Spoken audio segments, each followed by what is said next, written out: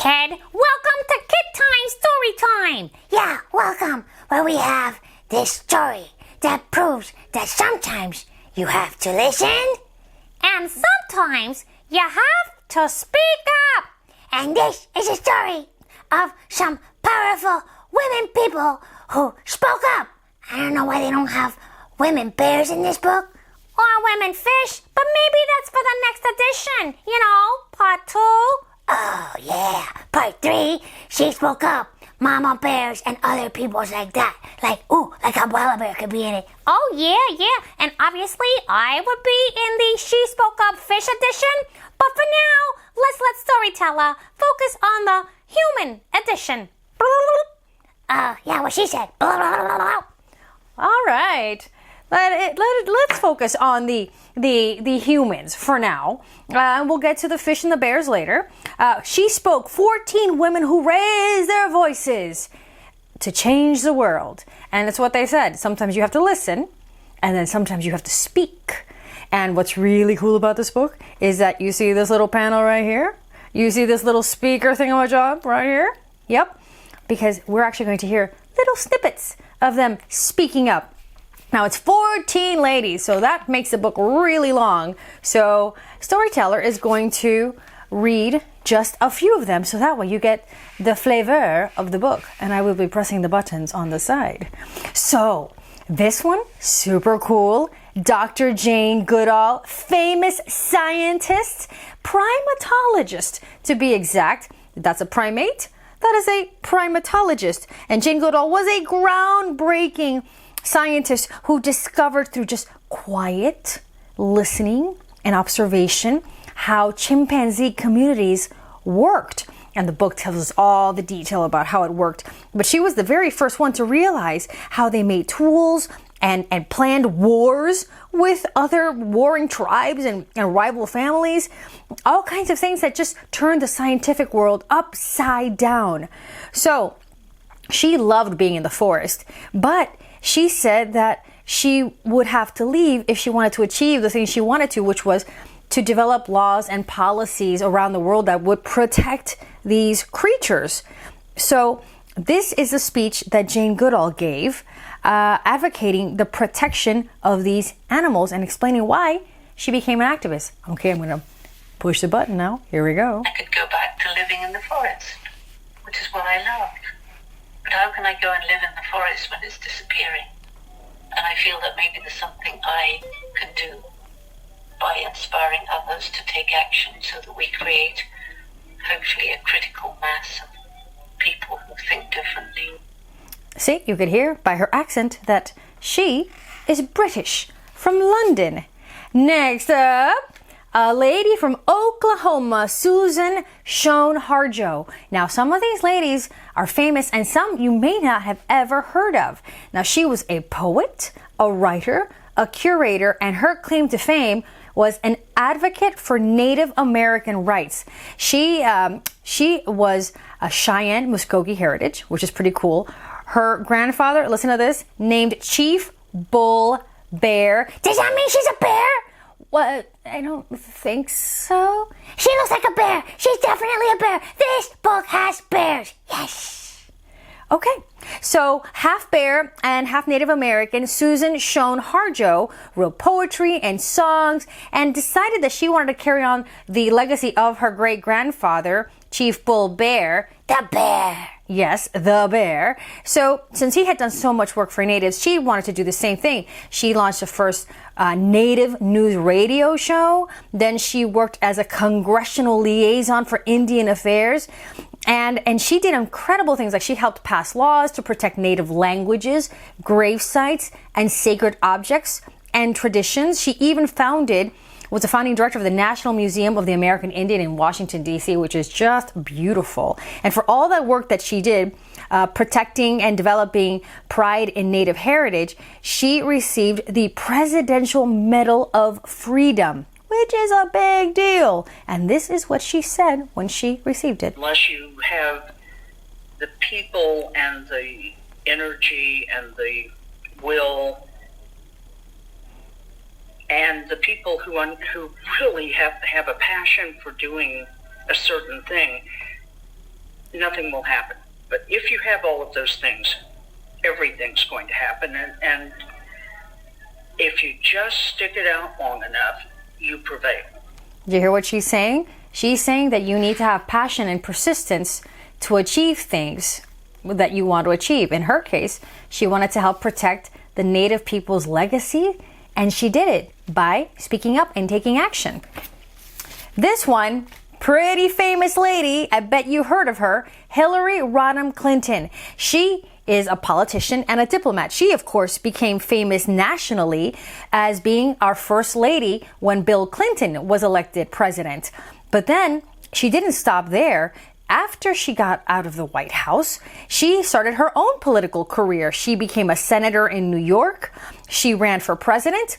She didn't win, but then the president who did win, Barack Obama, hired her to become a Secretary of State. So then she went around the world representing the United States of America. Then she ran again and for presidency. She did not win, but she's become the first major candidate like that to get that close. And now lots of women run for president. As of this reading at this very moment, no woman has been president, but tons are running. And she really helped break down some barriers. Now this is her, Hilary Rodham Clinton, speaking in front of the UN, talking about ending human rights abuses suffered by women all over the world. And this speech was so inspiring, it got her a standing ovation. If there is one message that echoes forth from this conference, let it be that human rights are women's rights and women's rights are human rights once and for all. And among those rights are the right to speak freely and the right to be heard.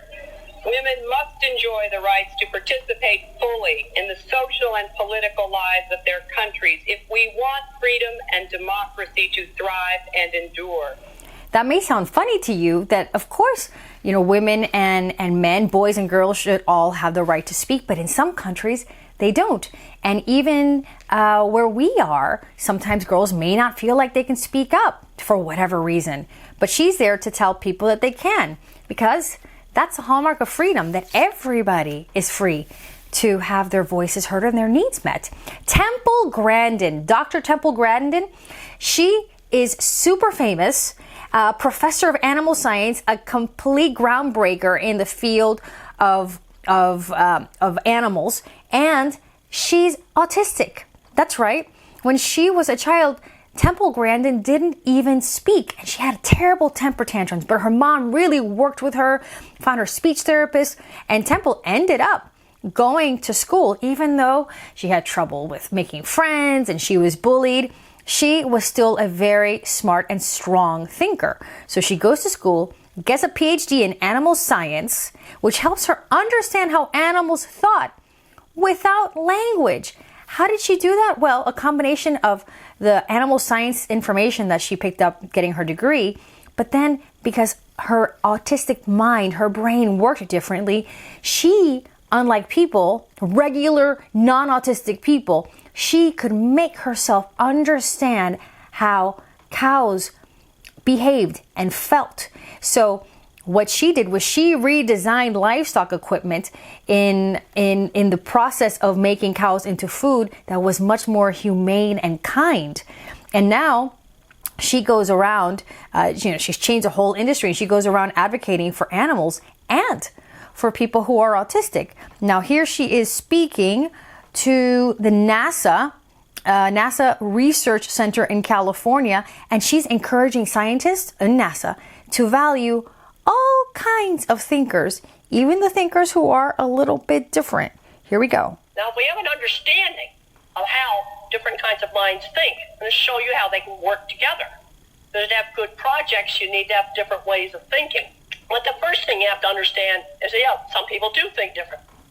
That's right. Some people think differently. And that is not a bad thing. Being different, sometimes you kids think that being different is bad, but sometimes that's the very thing that makes you do something extraordinary, like Temple.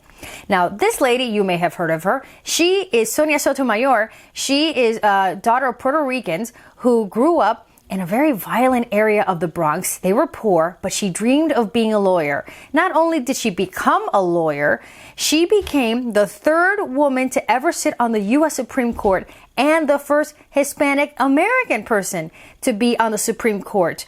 And now she talks about, she decides cases that have huge impact, and she strives to speak for all people, for all people to be treated equally. And here she is giving a speech. We can work very, very hard at things and come up short. But I take comfort from having dreamt the dream, from having taken the steps, to undergo the quest of trying to reach them. If at the end you don't, you've had the journey.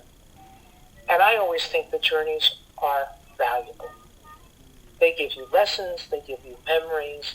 That's about how she used her life to be inspired to take steps along the way and keep learning. And she's saying these things to us, to talk to us about dreaming the dream, taking the steps, undergoing the trying, because that is what gives you lessons, that those journeys are valuable. Whether you succeed or not, you're learning every step along the way, and that, by very definition, is success.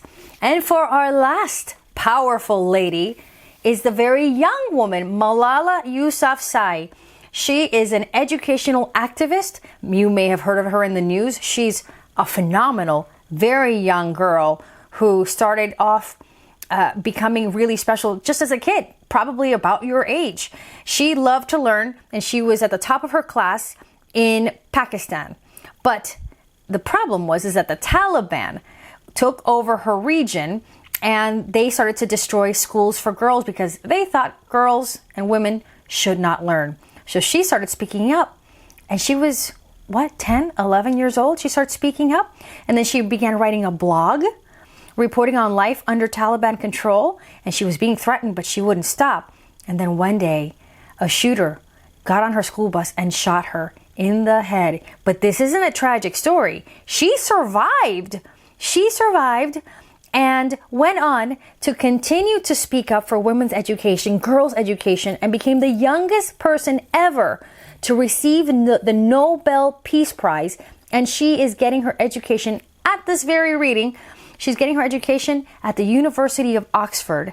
And this is what she said on her 16th birthday. That's how young she is here.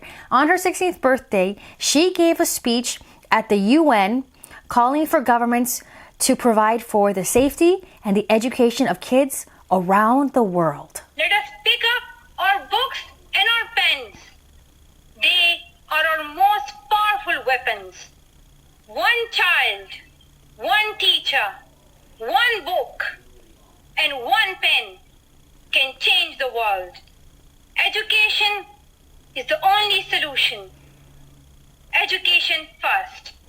Incredible, right? One book can change the world. One pen, one teacher, one child, one you. And if you hear your kids complaining about going to school, you have to think about somebody like Malala, who fought to be able to go to school. So I love this book, especially the fact that it had a bear in it. Yeah, just too bad there were no fish. Next time, Future Fish, I bet you'll be on the cover of your own She Spoke book. I can only dream, Green Bear. I can only dream. Just like you can, kid. Yeah, we believe in dreaming big time around here. Big time. You guys want to sign off? Yeah, see you next time, kid, on KidTime StoryTime. And remember, there's always a time to listen and a time to speak up.